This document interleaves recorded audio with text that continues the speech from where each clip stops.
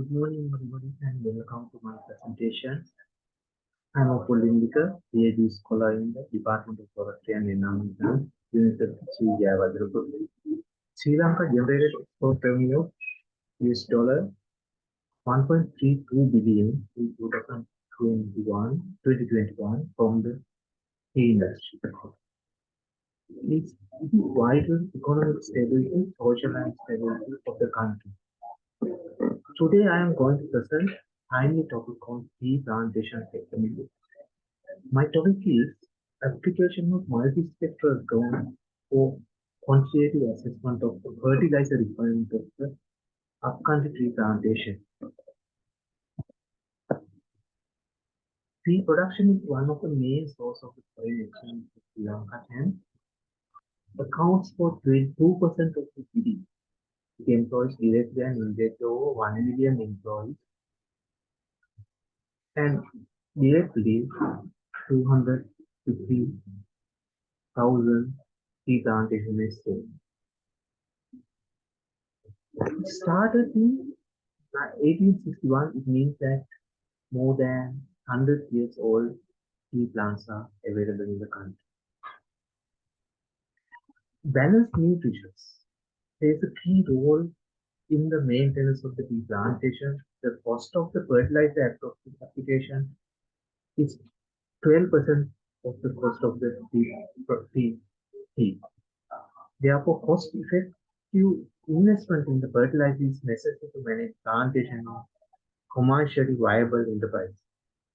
The amount of chlorophyll content and the structure would differ between the disease and the healthy plant. It is affected to the NDVI value, which is strongly correlated with the fertilizer application. Recently, unmanned aerial vehicle (UAV) and other thing is a drone are deployed into the agriculture sector to improve the productivity, and also it used to agriculture with analysis, plantation and spraying, irrigation and other activities. Multispectral imaging cameras, the drones are widely used for the agriculture mapping. Annual use of agricultural fertilizer has become the huge investment for the tea plantation company. According to the recommendation, two three applications of fertilizer are mandatory. The Mathura plantation company spent 390 million annually on fertilizer. Currently, soil testing before applying fertilizer is being done on the sample basis, but the result is not valid for 100%. It is only for the place where they are taken the sample. This also take more time. Reaching the fertilizer cost is not happening, but they are applying at a mass scale. The proper technology also they are not using, and we are going to use the modern technology for this application. This applied research uses both technical and scientific tools to look for ways to improve the efficiency in the production and improve the production. Primary and the secondary data collected from the relevant study area and used their harvest record as well. We plan the data collection and identify the mission area and plan the drone missions, and we use the multi-spectral drone for the mapping and acquire the images for the study area. Insight creation was done using the analysis of the statistical tool and use the NDVI classification tool in the spatial analysis. And information was created based on the NDVI classification as well as the soil testing result. And finally, created the model for the decision making.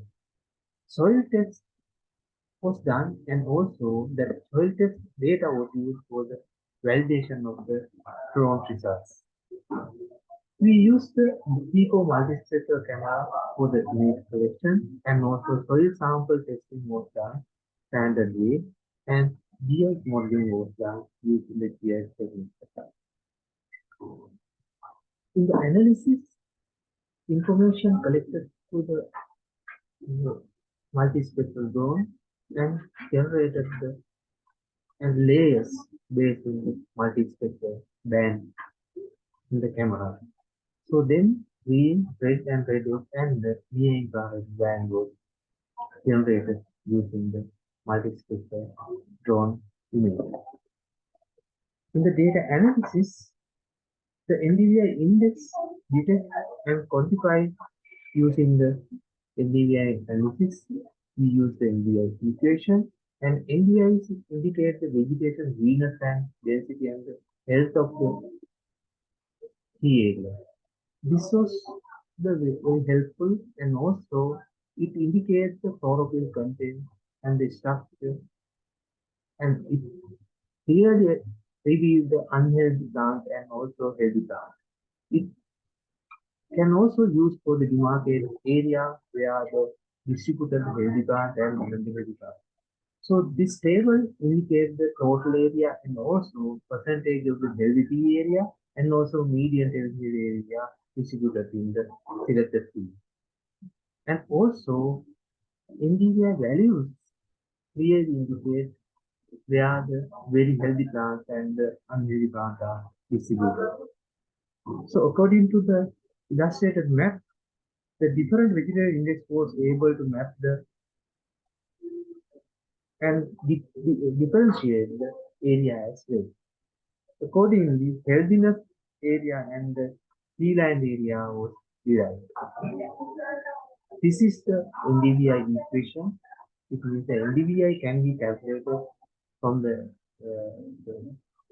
subtraction from the NIR values from the red band and divided by the both values additional.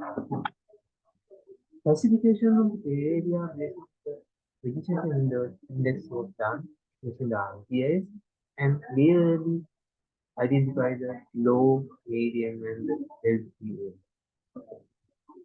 So finally, results was generated and canopy cover and the healthiness of the tree was assessed based on the NDVI values and standard VPP field would have 13,450 tree bushes. Based on the standard, we were able to calculate and estimate the bushes of the each healthiness area. Then we were able to calculate the number of bushes for these three categories. The amount of the nutrition and the phosphorus and the potassium was calculated based on the number of tree bushes in the study area. According to the above two calculation, NPK fertilizer amount estimated based on the yield and the area. Table 2, in the second table, NPK fertilizer representation table shows number of bushes and the expected harvest and required potassium and nitrogen and phosphorus. This was assessment done based on the NDVI values and the classification of the tree healthiness.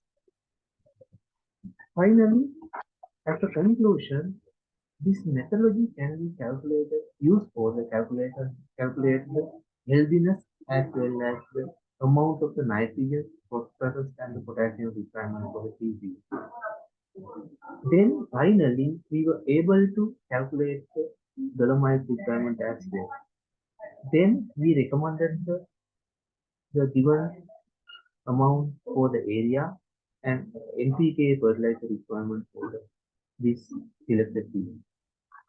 Additionally, we were able to calculate the tree bushes based on the healthiness of the tree. This is also a new approach they can use for the calculation of the tree bushes and also identify the low density of the canopy of the tree area.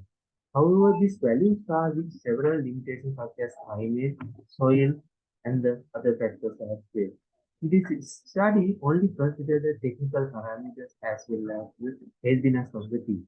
This study mainly focuses the created insight into plant and healthiness of the tea, and this technology can be further improved and used in the whole tea plantations as well. Thank you for listening to my presentation. That is all for the research side. Thank you.